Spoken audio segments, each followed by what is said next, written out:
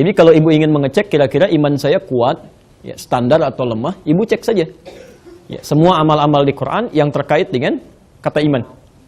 Biasanya semua kata iman di Quran dibuka dengan, disandingkan dengan amal soleh. Ya, silahkan cek, ada yang umum. Ya, wal 'asr innal insana lafi illal ladzina wa amilus shalihat. Ada salat, alladzina yu'minuna bil ghaib wa yuqimunas shalah, kan? Ada puasa, ya ayyuhalladzina amanu kutiba alaikumus shiyam. Nah, jadi ibu gampangnya begini, kalau ibu ingin cek iman saya kuat, standar atau lemah, coba cek semua amal soleh yang ada di Quran, kira-kira semangat kita mengerjakan itu seperti apa. Ya. Nah sekarang persoalannya, mohon izin, kadang kalau dalam persoalan iman itu kan tidak selamanya bisa kuat terus ya. Ada persoalan-persoalan yang bisa membuat iman itu kurang ya, atau menurun kan? Baik, ibu pernah merasakan ada rasa kayaknya malas mau sholat sunnah, pernah? Oke, betul. Masya Allah, alhamdulillah. Oke. Itu benar, itu kata Nabi, ya. Itu kata Nabi. Naik turun itu, Ustaz. Baik. Al-imanu yazidu wa yantaqis, betul. Kadang-kadang kata Nabi, iman itu naik, bisa turun. Tapi ibu harus tahu rumusnya, hadisnya belum selesai. Ya. Baik, caranya yazidu bitta'ah kata Nabi. Dia bisa naik. Saya ulang ya. Yazidu bitta'ah, dia bisa naik. Iman itu akan terus naik dengan mengerjakan ketaatan, amal soleh. Dengan mengerjakan amal soleh. Pelan-pelan. Jadi kalau ibu ingin meningkatkan iman, iman saya harus terus naik ya. Maka cara terbaiknya kerjakan amal soleh. Ya. Oh, hati-hati ya. Ini materi sangat penting. Tidak mudah untuk menuliskannya. Sampai mau habis juga spidolnya, gitu kan. Makanya ibu fokus dulu. Tadi kan. Pelan-pelan ya. Gak apa-apa. Sudah? Baik, sekarang gini, saya berikan rumus Qur'annya ya. Saya berikan rumus Qur'an. Jadi kalau iman ingin selalu naik, kerjakan apa? Amal soleh. Nah, rumus paling gampangnya kan tadi, kalau ada kalimat iman selalu bersanding dengan amal soleh kan? Baik, nah sekarang, ibu kalau ingin mudah mengerjakan amal soleh, pertama keluarkan dulu amalannya. Ya, keluarkan amalannya. Dan demi Allah saya katakan ya, saya mohon sebesar-besarnya. Ini kalau boleh saya memohon luar biasa, nanti khusus untuk 10 pertama Dzulhijjah. Ya, tanggal 1 sampai 10 Dzulhijjah. Insyaallah ukuran di Indonesia, tanggal 1 Dzulhijjahnya akan bertepatan dengan hari Sabtu, 3 September. Ya. Jadi nanti hari Kamis, tanggal 1 September, posisi ijtima, akhir bulan sudah terjadi, di jam 4:05. Jadi jam 16:05. Tapi ketinggian hilal saat maghrib itu masih di posisi minus 0 derajat, 29 menit, 17 detik. Masih di bawah ufuk. Ya, di bawah 0. Ya. Jadi kalau masih di bawah 0, rumusnya maka akan digenapkan bilangan Dzulqa'dah. Tanggal 2-nya masih bulan Dzulqa'dah, tanggal 1-nya nanti jatuh ke hari Sabtunya. Ya, 3 September. Insya Allah di Indonesia akan sama semuanya. Di Indonesia. Ya. Jadi 10 Dzulhijjahnya, Idul Adhanya itu bertepatan dengan 12 September, hari Senin. Sama. Ya. Cuma persoalannya di Saudi berbeda nanti. Saudi lebih cepat duluan. Ya, lebih cepat duluan. Ya, pelan-pelan. Saya mau cepat ya, supaya tidak melebar. Perhatikan sini. Kita puasa nanti dari tanggal 1, Bu. Boleh ya. Pelan-pelan ya. Fokus. Kata Nabi, ada waktu yang sangat istimewa. Tercantum di Al-Bukhari, nomor hadis 518. Al-Bukhari, nomor hadis 518 dan 969. 969. Ya. 969. Ya, 518 dan 969. Ya, singkat saja. Hadisnya dari Ibnu Abbas. Ya. Kata Nabi, lihat kalimatnya. Kata Nabi, "Ma minal ayyam al-amalu salihu fiha ahabbu ila Allah min hadhil ayyamil ashri." Ya. Kata Nabi, tidak akan pernah ditemukan perjalanan hari ya, saat semua amal saleh itu nilainya akan dicintai oleh Allah. Ya, dicintai oleh Allah. Yaitu 10 hari pertama di bulan Dzulhijjah. Jadi kalau ibu misalnya sekarang sholat ya, sholat kita itu belum tentu dicintai Allah. Tapi kalau ibu sholat dengan benar di 10 hari pertama Dzulhijjah, itu Masya Allah, amalan kita langsung dicintai oleh Allah. Ya. Ibu ngadakan ta'lim ya, sekarang, insya Allah ada pahalanya. Ya. Tapi kalau adakan ta'lim misalnya bersamaan dengan 10 Dzulhijjah, diniatkan ikhlas karena Allah, maka ta'lim yang dilakukan itu akan langsung dicintai oleh Allah. Ya. Ibu tahu konsekuensinya apa? Amalan yang dicintai oleh Allah itu rumusnya di Quran, rumus cepatnya saja, rumus cepatnya. Kalau Allah sudah mencintai satu amalan kepada sefulan, seorang hamba, maka semua dosanya akan digugurkan oleh Allah. Tidak cukup dengan amin. Itu harus dikeluarkan dulu turunan amalnya. Ya.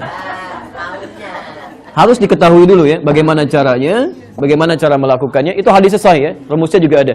Nah caranya begini, caranya ibu keluarkan semua amal soleh yang ada. Ya. Kemudian rencanakan. Ya, rencanakan. Ya. Misal, saya runtut ya, kalimat amal soleh pertama di Quran, ya, kata iman bersanding dengan salat. Alladzina yu'minuna bil ghaib wa yuqimunas salat. Baik, ada berapa waktu salat? Kalau cuma 5, jangankan ibu, anak kecil juga tahu. Jangankan yang 50 tahun, yang 5 tahun pun mengerjakan, kan? 5 waktu, Quran surah 17 ayat 78 itu kan, dari subuh sampai dengan ke isya'nya, kan? Itu mesti dijaga. Al-Baqarah 238, hafidhu 'alas salawat, jaga. Tapi yang jadi masalah, ternyata bukan cuma salat itu aja. Ada salat tahajud, kan? Quran surah 17 ayat 79 sampai 81, ada tahajud. Ya. Ada salat duha, Masya Allah. Ada syuruk, ya. Ada qiyam, ada macam-macam dia. Ada rawatib yang 12 rakaat. Nah maka, mohon maaf Bu ya, saya mohon kalau boleh saya mohon, 10 hari aja latihan. 10 hari aja. Keluarkan semua jenis salat ini, rencanakan nanti 10 hari nggak boleh saya tinggal. Ya. Dalam 10 hari aja, maksimalkan. Nanti setelah ibu salat, ibu berdoa. Ini kadang-kadang suka lupa ya, suka lupa. Kalau ibu sudah beramal soleh, saya beri rumus lagi, ada rumus di Quran. Kalau ibu sudah beramal soleh, sudah dikerjakan, cepat berdoa.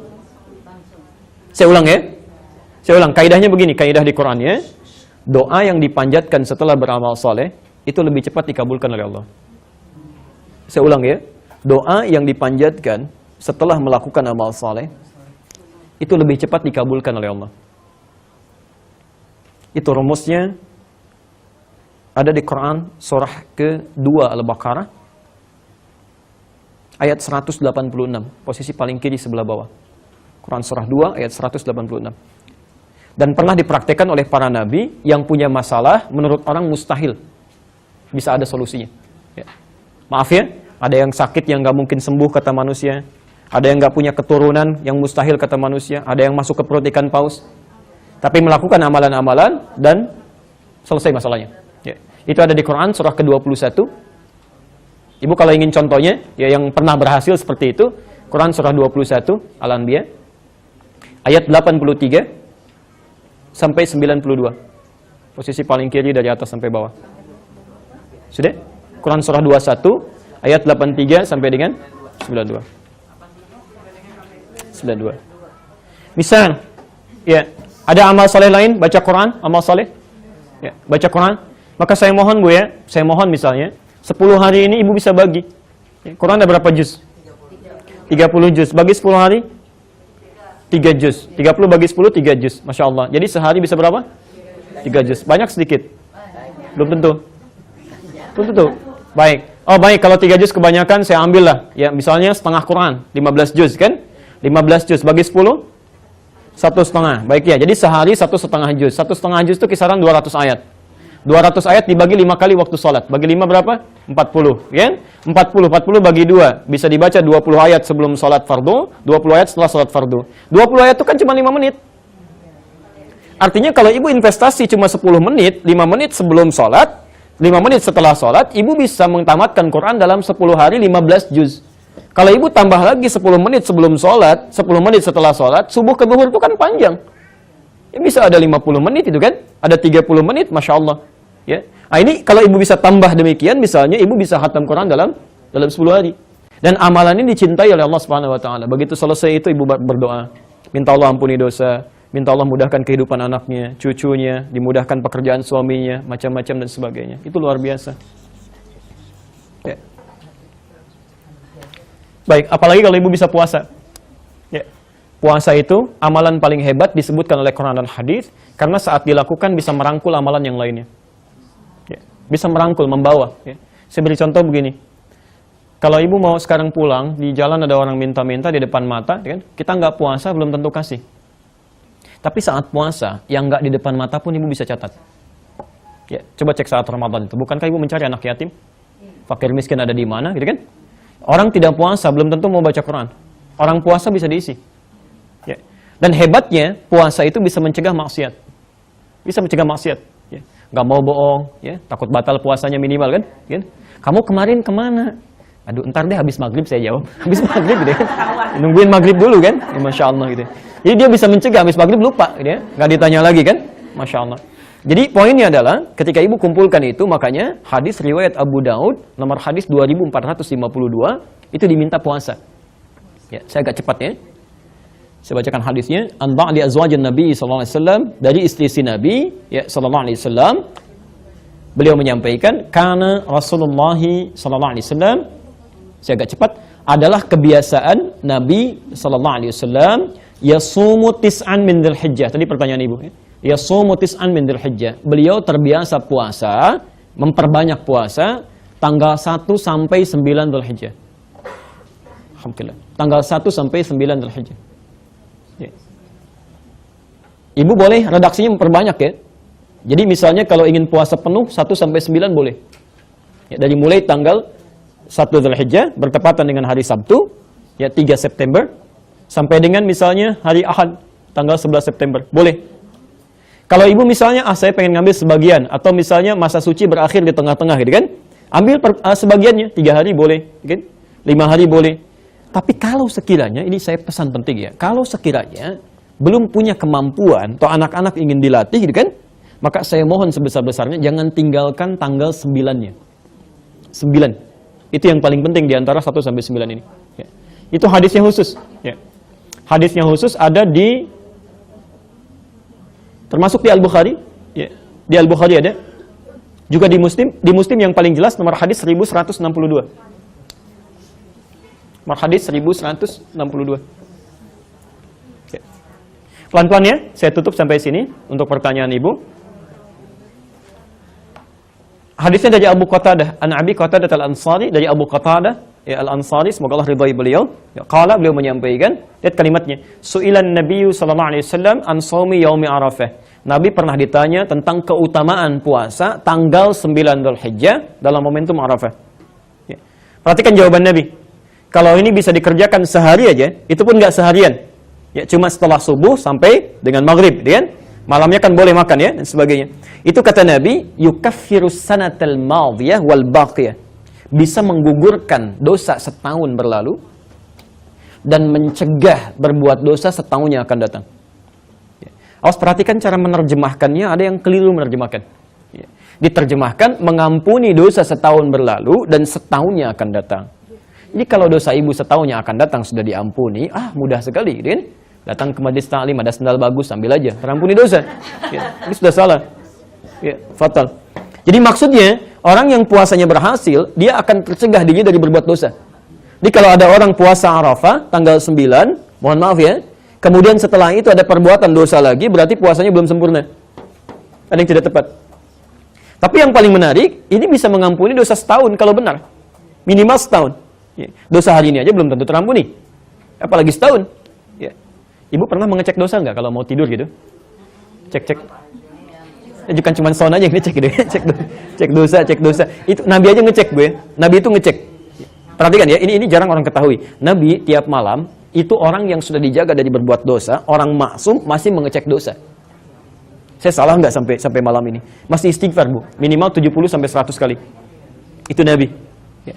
Saya beri gambaran gini ya, dari ujung kepala sampai ujung kaki. Coba cek deh tiap hari aja iseng-iseng. Mata misalnya. Mata ini sejak balik sampai sekarang berapa kali berbuat dosa? Baru mata, belum yang lain. Ya. Apa fungsi mata? Tuh, sudah salah kan? Sudah salah. Ya. Fungsi mata bukan melihat. Kalau cuma melihat, kambing juga melihat. Tapi mata kambing nggak dihisab. Ya. Fungsi mata di Quran untuk melihat yang baik-baik. Ya, di Quran surah ke-24 An-Nur, ya, ayat 30 untuk laki-laki, ayat 31 untuk perempuan. Ya, An-Nur, Quran surah ke-24. Wa qul lil mu'minina yaghuddu min absarihim. Katakan bagi pria-pria yang punya iman, ya. Termasuk ibu, perempuan yang punya iman. Ayat 30 sampai 31 Quran surah ke-24. Saya kunci jawabannya di sini. Ya, kata Quran, lihat yang baik-baik, palingkan dari yang tidak baik. Ya, ghadul basar itu palingkan dari yang enggak baik. Ya. Coba cek Kadang-kadang lihat TV ada tayangan nggak baik, kan? Di Facebook atau di media sosial ibu lihat ada gambar-gambar yang tidak baik. Ya. Saya bahkan sering sampaikan kalau talim dengan para ayah, antum tuh kalau lihat TV iklan shampoo, tuh yang dilihat shampoo-nya apa orangnya? Kan juga ada yang salah ya di jalan dan sebagainya. Jelas ya? Itu dari mata. Jadi aneh menurut saya kalau Imam At-Tirmidzi bisa sambil nangis, ya. Ada orang buta, Bu, dia bersyukur malah. Alhamdulillah, Allah telah mengurangi hisab saya untuk di akhirat nanti dengan mengurangi bagian dari mata saya. Jadi rumusnya itu, Bu ya. Silakan tingkatkan amal saleh, ya, dan itu jadi ukuran tingkatan keimanan. Makanya Imam Al-Bukhari, saya tutup, Imam Al-Bukhari memberikan rumus pada kita. Kalau iman ibu ingin naik dan tidak pernah turun, naik aja gitu kan? Naik, gak turun-turun yang diinginkan. Beliau membuat 57 hadis. Ya. Yang diterima dari Nabi. Jadi dikumpulkan hadis-hadis Nabi, diambil 57 hadis. Diberi judul Kitabul Iman, kitab yang menguatkan iman. Ya, pembahasan tentang penguatan iman. Adanya di dalam kitab Sahih Al-Bukhari, jilid yang pertama. Jadi kalau ibu beli kitab Sahih Al-Bukhari, jilid yang pertama, itu pembahasan pertama adalah tentang iman. Silakan ibu baca itu semua, keluarkan amalannya, rencanakan. Kalau bisa rencanakan, Bu ya. Kalau ibu nggak punya rencana, itu nanti sesukanya. Ya, kalau mau baca Quran baca, kalau enggak ya enggak, kan? Saya mau tanya sebentar, ibu coba untuk hari ini aja berapa ayat rencana yang mau dibaca? Nah, karena nggak punya rencana, nggak pernah punya target. Apakah malam nanti mau sholat tahajud? Hari ini apakah mau infak, gitu kan? Macam-macam. Jadi kalau bisa, ini amalan Abu Bakar ya dari petunjuk Nabi. Abu Bakar itu kalau besoknya bangun lagi setelah mengucapkan alhamdulillah diberi kesempatan hidup, itu langsung mengeluarkan semua amalan, punya buku khusus, dikerjakan seharian itu. Jadi kalau Nabi menyampaikan amal soleh lagi, beliau tuliskan lagi. Ya, jadi seharian itu pernah satu kali Nabi bertanya pada sahabat, siapa yang sudah sholat berjamaah? Semua angkat tangan. Siapa yang sudah menengok orang sakit? Sebagian turun, Abu Bakar angkat tangan. Siapa yang sudah berinfak? Abu Bakar angkat tangan. Siapa yang sudah mengantarkan jenazah? Abu Bakar angkat tangan. Sampai semua amalan tidak pernah disebutkan oleh Nabi kecuali Abu Bakar angkat tangan. Hanya Abu Bakar. Ya. Tadi kan ada pintu Ar-Rayyan, pintu puasa, ada pintu tahajud, kan? Ada pintu sedekah. Saya mau tanya, ibu mau dipanggil lewat pintu yang mana? Kira-kira yang paling bagus yang mana? Yang tahajud, yang puasa, atau yang sedekah? Yang paling bagus itu adalah yang diperebutkan oleh pintu-pintu itu. Ada orang yang diperebutkan. Abu Bakar pernah bertanya begini, ya Rasulullah, adakah orang yang dipanggil oleh semua pintu itu? Kata Nabi, ada, dan saya berharap engkau termasuk di dalamnya. Dari situlah beliau mengeluarkan semua amalannya, dikerjakan setiap harinya dengan rencana yang sudah beliau susun.